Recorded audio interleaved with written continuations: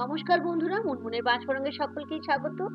সামনেই আসছে সরস্বতী পুজো, তাই আজ আমি আপনাদের সঙ্গে শেয়ার করব একটা মিক্সড ভেজিটেবল মানে পাঁচমিশালি সবজি।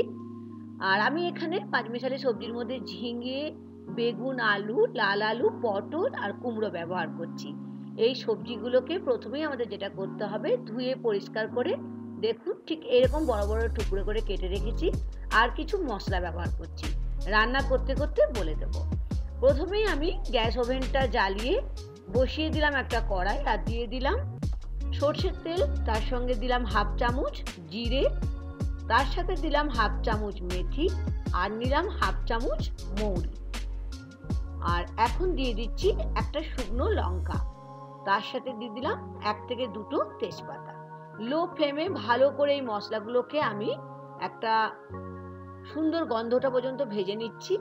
এখন নিয়ে নিলাম হাফ চামচের মতো কসুরি মেথি। আজকে যে মিক্সড ভেজিটেবলটা আমরা শিখবো, ফোড়নটা কিন্তু একটু অন্যরকম, আর এই ফোড়নটার জন্যই তরকারিটা খেতে লাগবে সম্পূর্ণ অন্য স্বাদ লাগবে। বেশ ভালো করে ভাজা হয়ে যাওয়ার পরে আমি 1/4 চামচ দিয়ে দিলাম হিং। যেহেতু আমরা এটা নিরামিষ রান্না করছি, সেই জন্য পেঁয়াজ রসুন ব্যবহার করছি না বলে হিং দিলাম।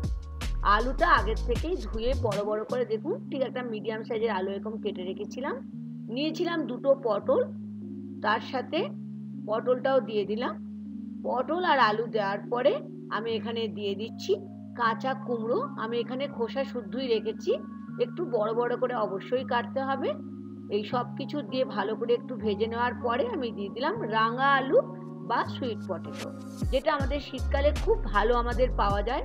আর সরস্বতী পুজোয় তো খিচুড়ি বাড়িতে বানিয়েই থাকেন, অবশ্যই এরকম একটা নতুনত্ব ফোড়ন দিয়ে একবার 5 ফোড়ন সব কিছু দিয়ে পাঁচমিশালি সবজি বানিয়ে দেখুন। দিয়ে দিলাম ঝিঙে, সেটাও বড় বড় করে টুকরো করেছিলাম। ঝিঙে দেওয়ার পরে আমি দিয়ে দিলাম 1 চামচের মতো আদা লঙ্কা বাটা, তার সাথে স্বাদ অনুযায়ী লবণ। অবশ্যই লবণটা স্বাদ অনুযায়ী নিয়ে নিতে হবে। নিয়ে নিলাম 1/4 চামচ হলুদ, আর নিয়ে নিলাম হাফ চামচ করে ধনে গুঁড়ো আর জিরে গুঁড়ো। তার সাথে নিয়ে নিলাম Kashmiri red chilli powder half চামচের মতো। এই সব কিছু মশলা দেওয়ার পরে একটুখানি জল দিয়ে দিলাম, তা নাহলে শুকনো মশলা তো এগুলো পুড়ে যাওয়ার সম্ভাবনা আছে।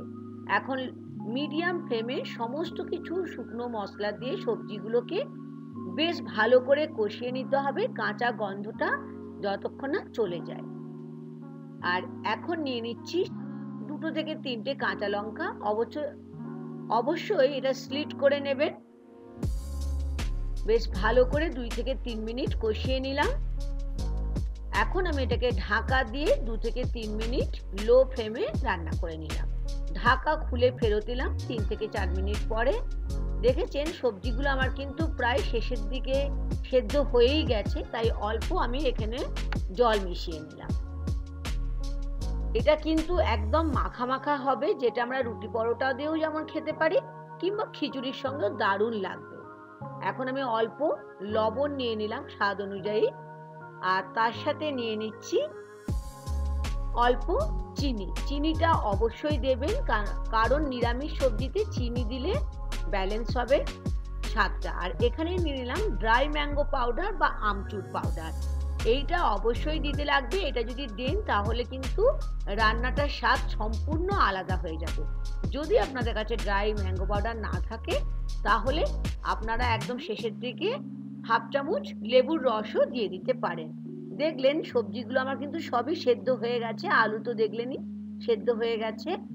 এখন একদম শেষে দিয়ে দিচ্ছি ফ্রেশ ধনেপাতা কুচিয়ে খানিকটা। আশা করি সরস্বতী পুজোর স্পেশাল একটা রেসিপি, পাঁচমিশালি সবজির রেসিপি আপনাদের খুবই ভালো লেগেছে। আর ভালো লাগলে বন্ধুরা দেখতে দেখতে লাইক দিতে ভুলবেন না, আর নতুন বন্ধু হলে সাবস্ক্রাইব করে নেওয়ার অনুরোধ থাকলো আমার চ্যানেলটিকে। তাহলে আজকে তৈরি হয়ে গেল পাঁচমিশালি নিরামিষ একটা সবজি, যেটা আমরা সরস্বতী পুজোর খিচুড়ির সঙ্গে বা রুটি তরকারির সঙ্গে খেতে পারি। আজ তাহলে এই পর্যন্ত বন্ধুরা, থ্যাংক ইউ।